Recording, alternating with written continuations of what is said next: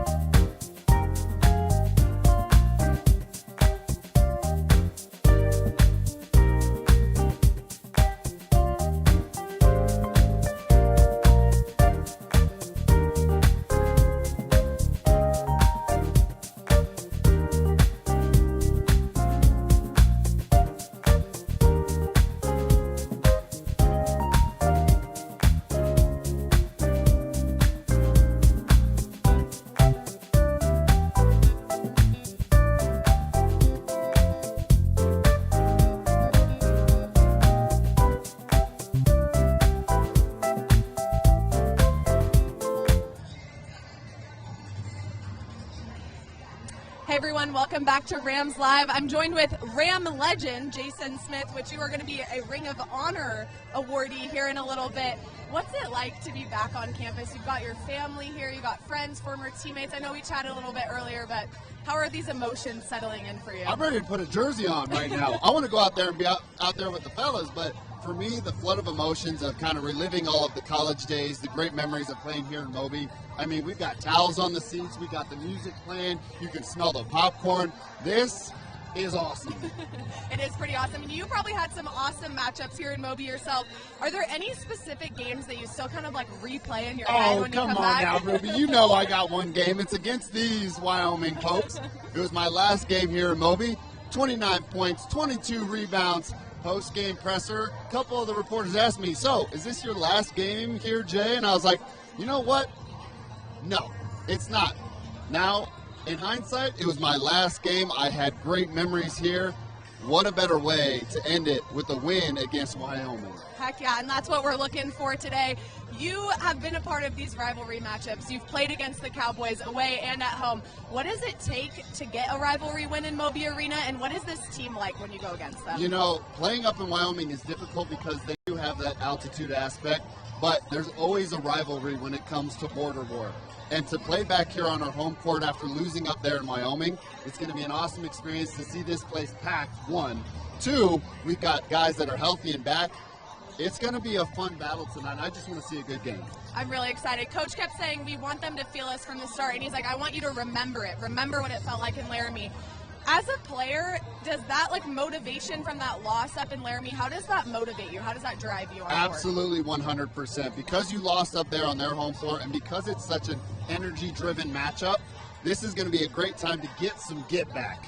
They lost up there. You have your home court advantage right now. You're going to have a packed house. You got a healthy team. I look forward to the Rams having a great experience tonight and getting a win on their home floor. I'm really excited too. And something that I've really liked seeing on social media and podcasts has been what was your welcome to the NBA moment? Welcome to the NBA moment for me was playing against Dirk Nowitzki in Dallas. One of my favorite players. I was a 7-footer. He was a 7-footer. I was like, oh, he's got nothing on me. He's old. He showed me right away why he was Dirk Nowitzki, playing 20-plus years in the NBA.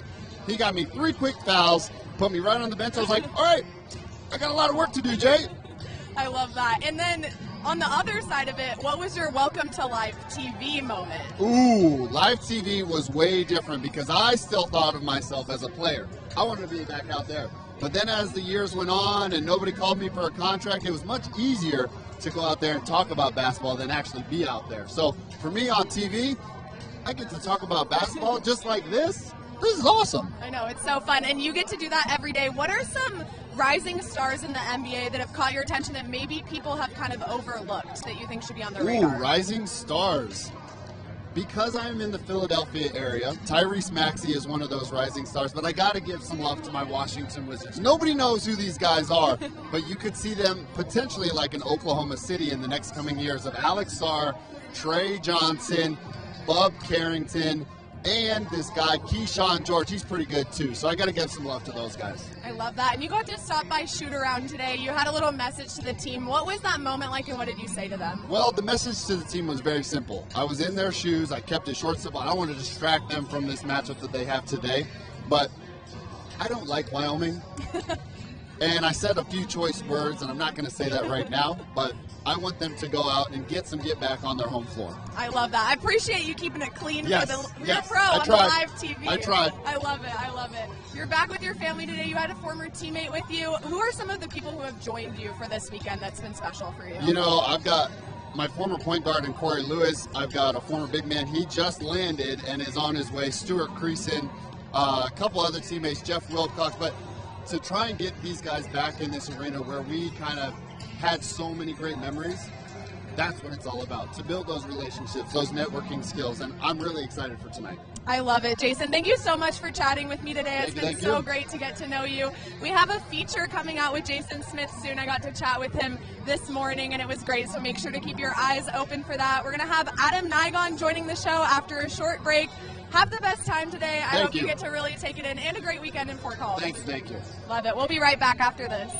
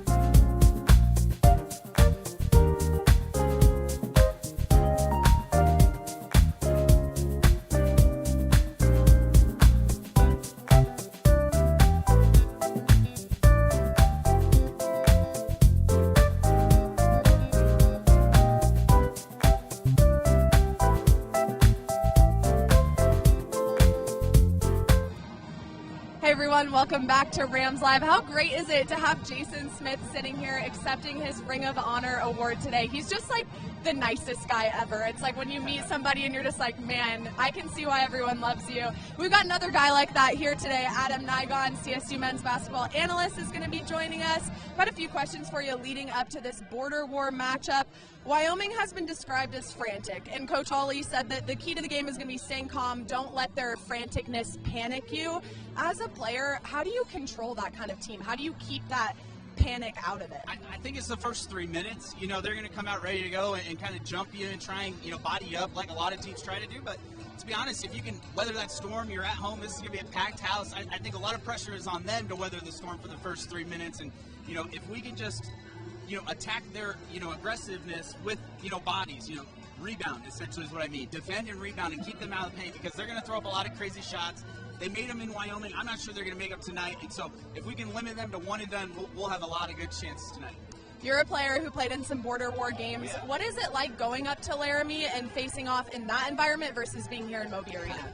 I mean, it is what it is. You get the energy behind it. You get everybody to, shout and cheer, and those mistakes, really mount up when you're on the road versus at home. And so, it really, if you split with Wyoming, you lose one on one end. The second time around, you really have that in the back of your mind and that bad taste in your mouth. So I think the boys are ready to go. You kind of touched on it, but they had some shooting struggles up in Laramie. How do you use that as motivation and come into this game with confidence? Well, to me, it was one of their worst three-point shooting performance of the whole season, 4 threes. And so it was terrible. You played terrible, and you only lost by 9 or 10. So to me, you play okay, and you're probably right there, one possession game. So I think the boys, they hit 8, 9, 10 threes tonight. We're going to be up pretty good, and I'm ready to go. It's a green out, but I'm wearing black for the funeral. So let's go. I love that. I love that energy. When I was at shoot around in practice yesterday, a lot of the coaches kept saying, remember the feeling, remember what it felt like with the fans in Laramie. How do you use that as motivation as a player? Is that something that you did when you were a player? Yeah, for sure. And I think social media is a little bigger when I was a player, thankfully, because I might have got caught up in all of that. But, to just be embarrassed the way you were, and then, for social media to pop off the way it did and the way they were saying stuff. So, to me, I think the motivation's there. I don't know that Ali had to say a whole lot this week, to be honest with you. Yeah, I'm totally with you. We'll have a great call today, Adam. It was great to have you on the show. I spoke to Coach Ali yesterday, chatting about the game, so we're going to view that after this. We'll be right back. Hey Ram fans, it's Ruby Kaiser with Coach Ali here before the Rams take on the Cowboys later today. Coach, you've emphasized the importance of focus and energy. How do you feel that the team has done with that yesterday and today leading into the game? Yeah, I thought they were great today. It's probably on me a little bit for keeping practice a little shorter the last few days and whatnot. So I thought their focus, their energy's been at a high level. And we've really been kind of honing in on that over the last 2 weeks, especially during February when legs get a little tired, everyone's tired at this point. So how do you find that energy within the group to get done what you need to get done still? Your team is typically a very good shooting team. The last time you guys played at Wyoming, kind of an uncharacteristic tough night from beyond the arc. How do you guys capitalize on that in Moby Arena? Yeah, knock on wood somewhere. When shooting's, it is what it is. I think if you're taking the right shots from the right people at the right time, that's part of basketball. So as long as we're getting the right shots, I have no complaints about anything. I think we got to be more aggressive than we were last time to attack the basket and draw fouls. And I think that's probably the bigger thing for us going into this game. Is I think we got to be the aggressor from the very start of this game. And credit to them, they made a lot of shots last game against us. Rivalry game, a little bit of an extra motivation for both teams. What do you expect to see from the Cowboys on the court tomorrow?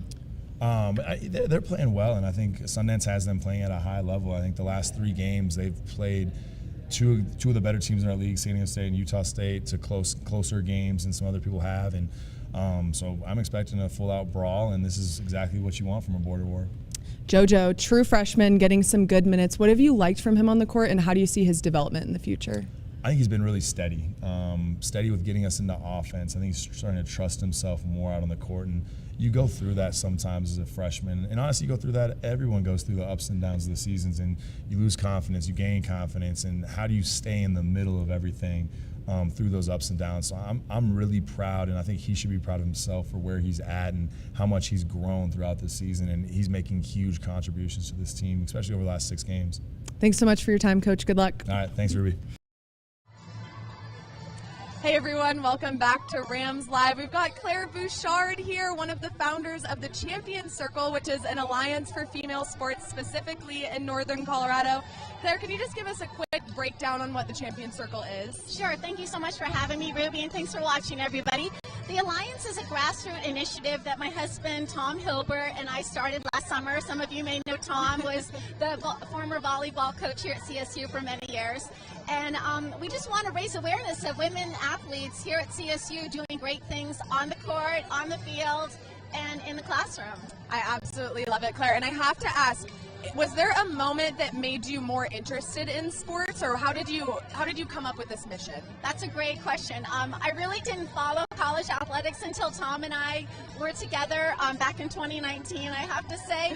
But since then, I've thrown myself into it. I've worked here in Northern Colorado for more than 20 years, and I know many women leaders that were former college athletes or higher college athletes, and it's really important to raise that experience up so we have wonderful members of our community. I love it. And you guys have had some great events so far, some really cool things going on. What does success look like for you with the Champion Circle? I think it's really about showing up. Like, we want to see more and more fans at women's athletic events. You know, volleyball has a wonderful track record of filling Moby, and the women's basketball team is also doing fantastic in that. But, like, we want to get people out to the soccer field, to the softball field, to the pool, out to the golf course, to the tennis courts, and beyond. So just getting people to support the student-athlete experience is really important, because student-athletes have a lot of choices now. They can jump in the portal anytime. They're being attracted away by NIL deals.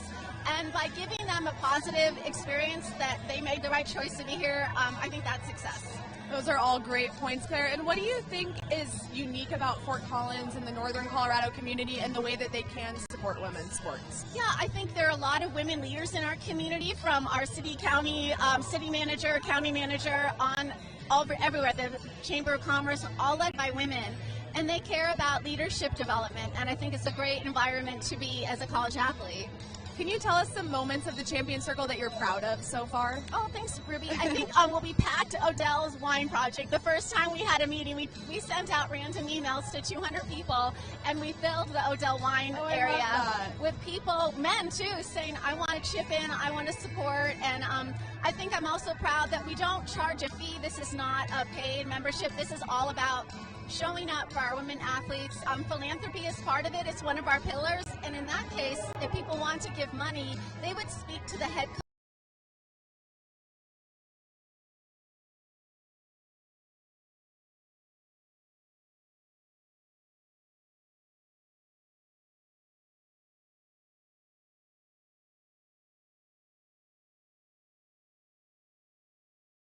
Parties at the softball field and more. Stay tuned on that. And I was going to say, if people want to learn more, we have a newsletter, so maybe they could sign up for that and stay engaged. Yeah, if you want to learn more about the Champion Circle, you can message us on @CSU Rams Live. We'll send you a link to sign up for that newsletter so you can stay informed with everything. Yeah, and before we go, I just want to ask Ruby a question. So many of you know that Ruby was a student athlete here for many years, very successful, and now you're excelling in your career. And I'm just wondering, like, what was your support system like here in Fort Collins during your college experience? Oh my gosh, I had the best support system here. You and Tom have been a huge part of my support system here, so I'm really grateful to be sitting next to you on the show today. But yeah, when I decided I wanted to do sports broadcasting, I had so many people in my corner helping me find opportunities, giving me advice. I had Jenny Kavner, Susie Ward, and all these great CSU alums who've helped me, even Brian Roth, Matt Wozniak, some of the people who worked at the university, Bryn, Patrick Toussaint, like all of these great people. John Weber now, who has given me my first job here starting Rams Live, so I'm so grateful to be a part of this community. And honestly, there's been no better spot to start my career with the support that I've had here. So. That's really great to hear, and that's what we want to do. We want to foster more of those relationships, professional relationships with the athletes, to hopefully they'll stay. It's been so great. Thank you for joining Rams Live. Claire, it's been so great to have you. We'll have CSU swimmer Tess Winneray joining after the short break. Hey Ram fans, it's Ruby Kaiser with Coach Ali here before the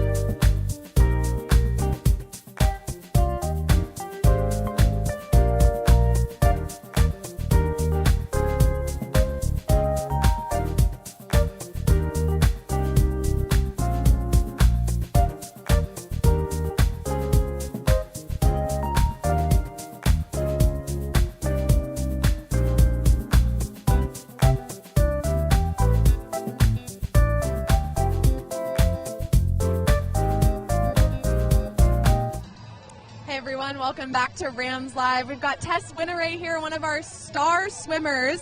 You guys are heading to conference here soon on Monday, is what you said. What are you doing leading up to conference to prepare for this meet? Yeah, so we've been tapering for a week and a half-ish, so like doing less yardage, more intensity, just to prepare and get our bodies like ready to get racing fast. And so that's been really nice. You have a bit more energy, you're ready to do other things and just get really hype, and so that's been really fun. You've had a really incredible season so far. What are some of your individual goals going into this meet? Yeah, so my biggest goal is to win the 200 back and be the Mountain West champion and go to NCAAs for that. So that is really what I'm focusing on, and then just showing up for the relays and having a great fun meet. Like as a junior, I know how it works now, so just enjoying it and getting the most out of it that I can.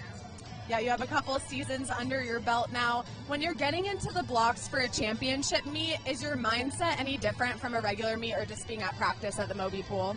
Yeah, it is a little bit different. It's like the atmosphere is so much fun. It's so different. Like it's so hype, and I think that really changes the mindset a little bit. But I try to be as chill as possible and just treat it like any other race that I'm doing in practice or at a dual meet. And when you're in the pool, for some of us who aren't swimmers, are you thinking about timing and placements and that sort of thing? Do you feel the people next to you? How do you compete in that moment? So I try to swim my own race, but there's always, you have to think about the people next to you. So I think about my stroke rate, my underwaters, my breathing, going into the turn, all that technical stuff, and then also where the person next to me is and if I can touch the wall first. Absolutely, and you've made some really great progress so far. Is there a detail or a part of your training that you credit some of this progress to?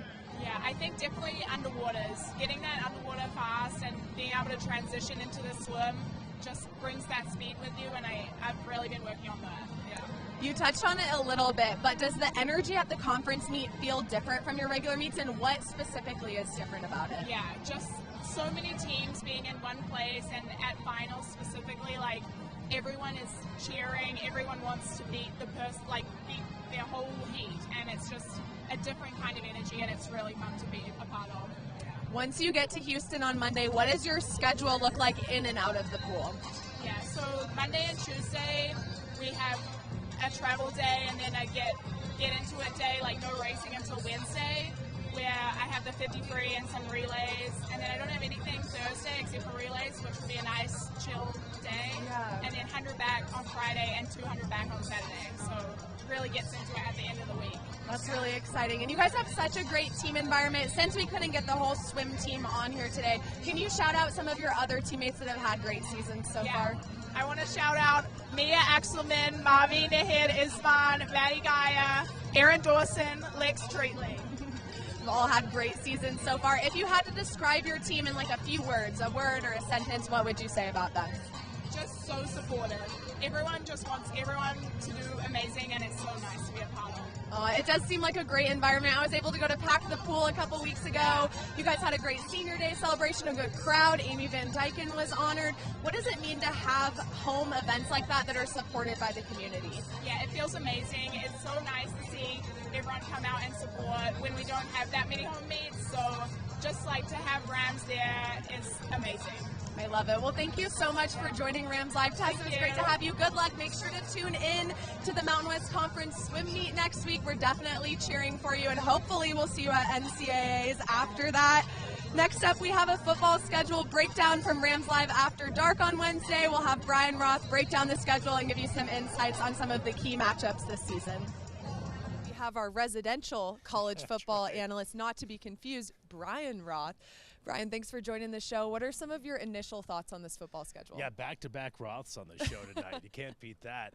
When the schedule came out, obviously we knew the non-conference schedule, and you're going to get 3 non-conference home games just like you did last year, and that's always a great way to start off. And then you get your first conference opener against Oregon State, and that's a home game. Then you get that bye week. So, you get 4 of the first 5 at home. Then you get the bye week. You're going to have a pretty good understanding of what this football team's about, and a really great opportunity for Coach Mora here in his first season to get off to a great start. Boy, you get off to that good start. You get the bye week, and then you get into the meat of that conference schedule.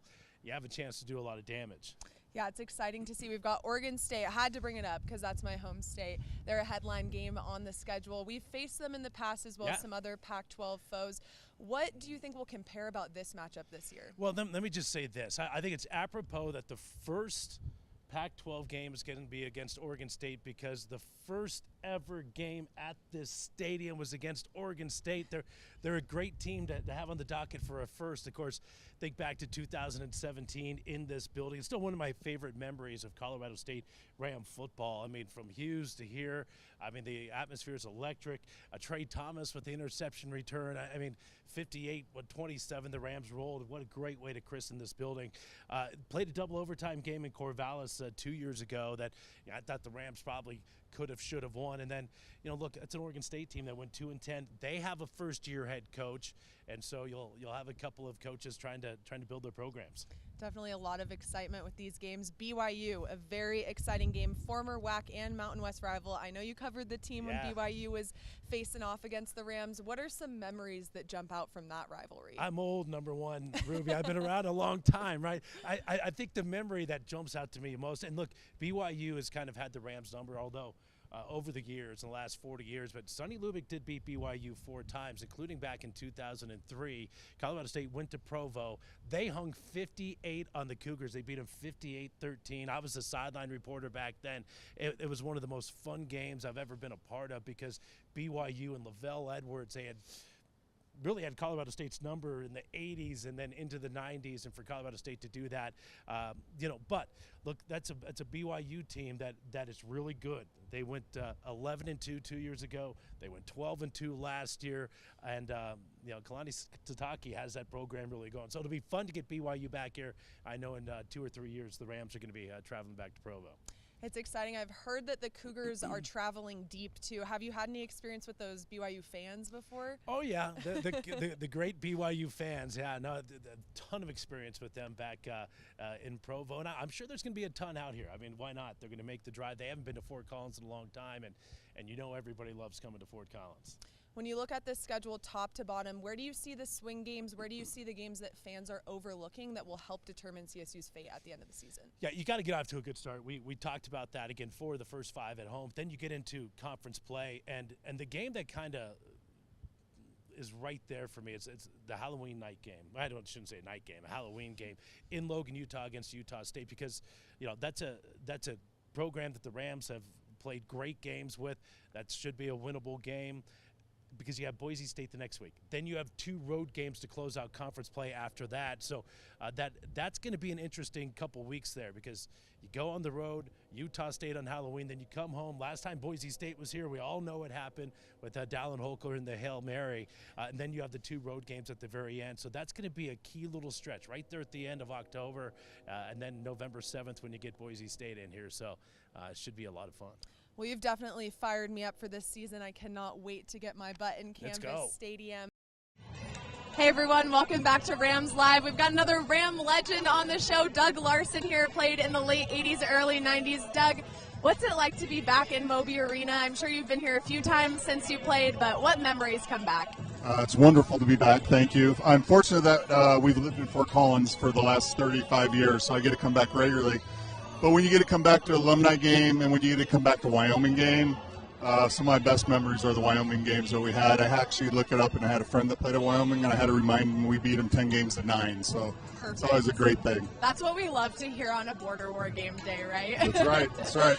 Are there any specific Border War moments or moments from Moby Arena that come back to you when you think about your career as a whole? There is one. It's going to sound a little self-serving, but I remember my senior year. I think I had 13 of our first 14 points, but I ended the game with 13, so it wasn't like it produced a great game for me. I love that, though. Start strong. Take them out at the beginning. That's right. You've been a part of a really special tribute for Ram, who has since recently passed away, Lawrence Neal. Yeah. I know that you didn't play with Lawrence, but could you tell us a little bit about him and what you guys are doing today? You bet. Sorry why I bowed out of camera, but our good buddy Lawrence passed away about a week and a half ago, and he was played here in the 70s. He was such a special guy that, we always look forward to coming back to this event. But Lawrence was the real reason a lot of us came back. It didn't matter if you were older than him or younger than him. He was the connection between all of us. And as great of a Ram as he was 5 times the man, and it just hurts our hearts to not have him here tonight. So we're all going to honor him when they honor us out there tonight. That's a pretty cool moment that you guys have organized, and I know what it must feel like to have that piece missing today, but I'm sure that he'll feel it wherever he is, feel that impact from you guys. That's really special. Thank you for doing that today. You've stuck around in Colorado, and you have a very successful marketing business in town. Are there any skills from your time as a student athlete or your time as an athlete in a whole that you translate into your professional life? You know, individually, yeah, right. It's the grind and how to get through things. But I think the biggest thing for me is with my team. You know, I have 9 folks that I work with, and it's using coach-like techniques with them to help them achieve in their job. I don't have a lot of former ex-athletes, so it's a really fun world to bring their world and the athletic world together. And use some coach speak and phrasing and motivation that they normally wouldn't see that you can bring into their life. That's been pretty rewarding. I love that. You mentioned that your son is playing Division I basketball right now. How has basketball been a part of your relationship? It's been a huge part of our entire family relationship. I coached my daughter and son all the way from Pee Wee through into high school in basketball. Produced a Division I rower out of my daughter that ended up at the University of Kansas. Produced a Division I basketball player out of my son at Niagara University, and that's great, but the reality is the time spent with those kids in the car, the trips, all the gym time with them. Some families hike, some people music, some people dance. We did sports, and that was what we did. I love that, and I know your wife is off camera now, but she's a total stud too, so I'm sure your kids are amazing athletes, and I can relate to those moments with my mom as well, traveling, and some of my favorite memories from growing up. Yeah, and she'd be sure to tell you that their success comes from her genes and not my genes, and so that's okay. I love that. It's a shame she doesn't have the mic so that she could tell us that. What did game days look like here in Moby Arena when you were an athlete, and how are they different? So I think it's fun because we were part of that original group that kind of started Moby Madness. Boyd Grant was my coach when I started here, and that's when they really started to have some success from, you know, in the 60s to the late 80s, there was a void there, and we started to have some real good success, and they started filling Moby up. And so it's been fantastic to see that continue where, you know, when this place gets full for the last 10, 15 years, it's a tough place to win if you're the opposing team. I love it. This has been so great to have you on Rams Live. Thank you for joining the show. Have a great day today with all your former teammates. Appreciate it. Thank you so much. We'll have our last segment with another Ram legend. We'll have Dave Hessel joining the show after the break.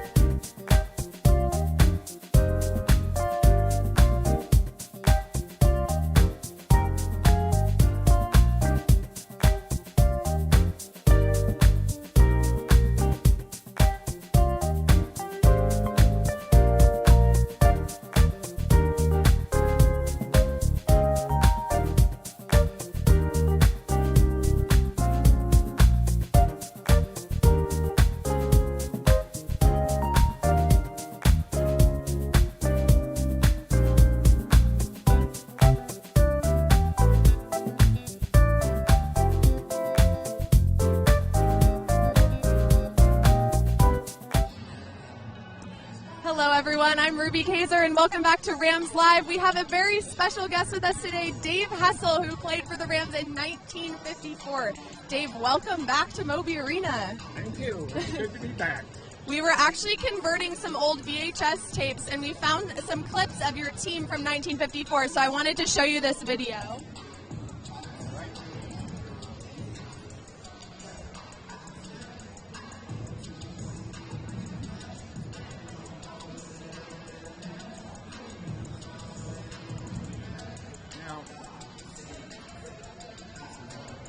Being honored for a conference championship, I believe, there.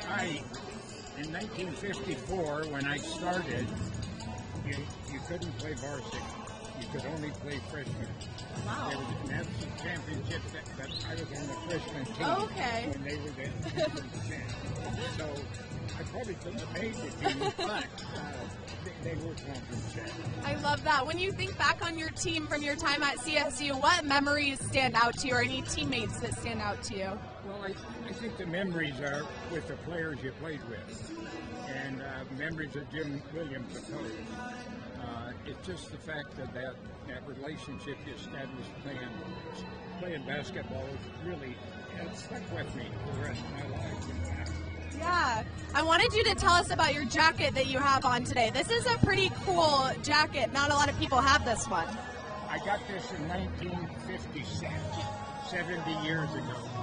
I lettered in playing varsity. I lettered in 55 or 56.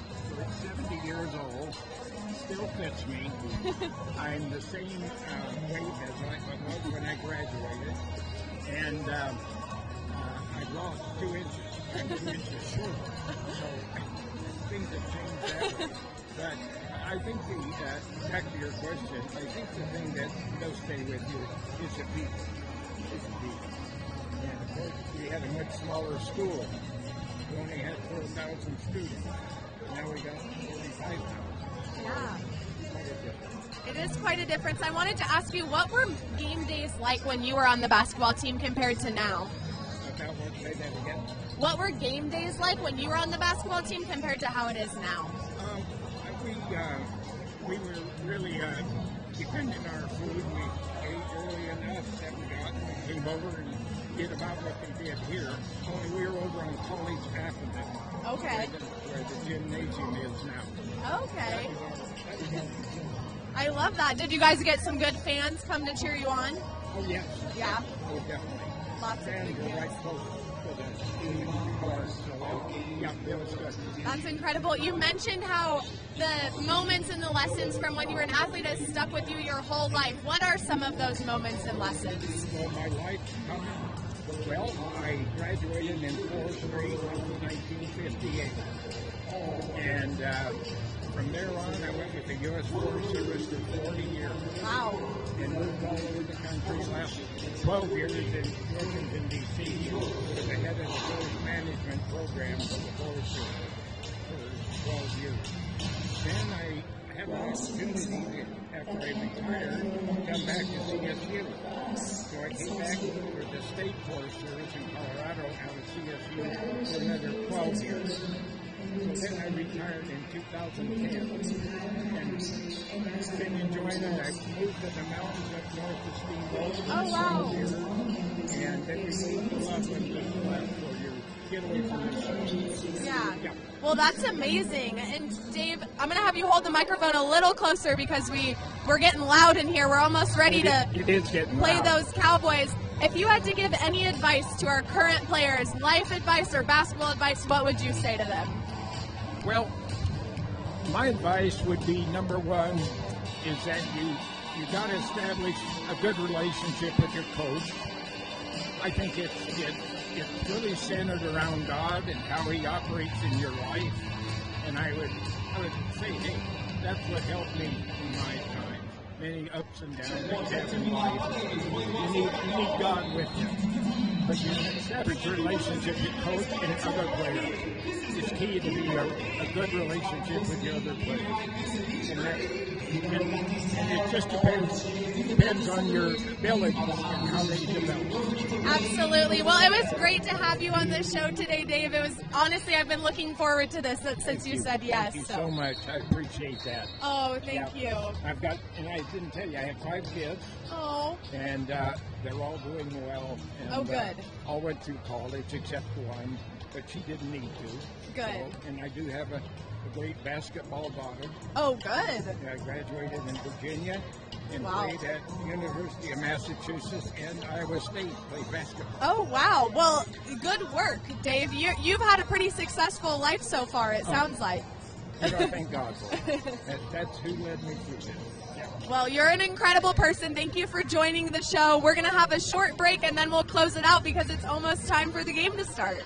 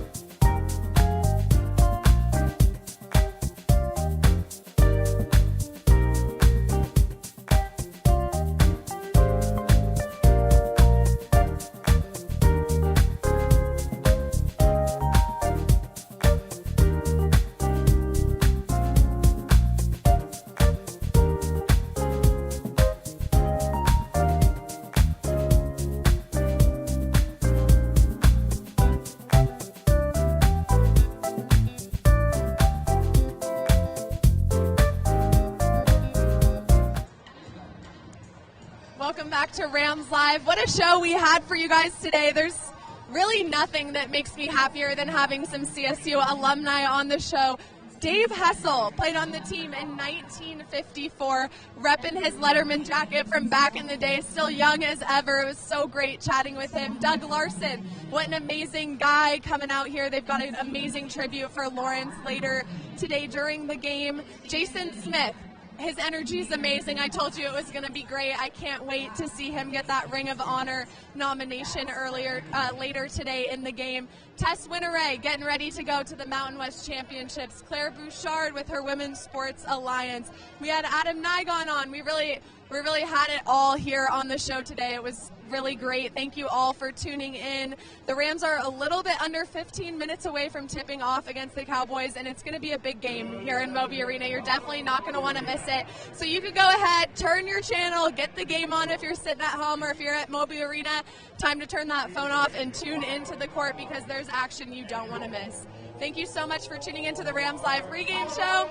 Make sure to follow at CSU Rams Live for all of my game updates. I'll be chatting with Coach during halftime and postgame. You definitely don't want to miss it. We've got all the exclusive info, all of the CSU news coming your way. Thanks so much. I'm Ruby Kaiser, and this was Rams Live.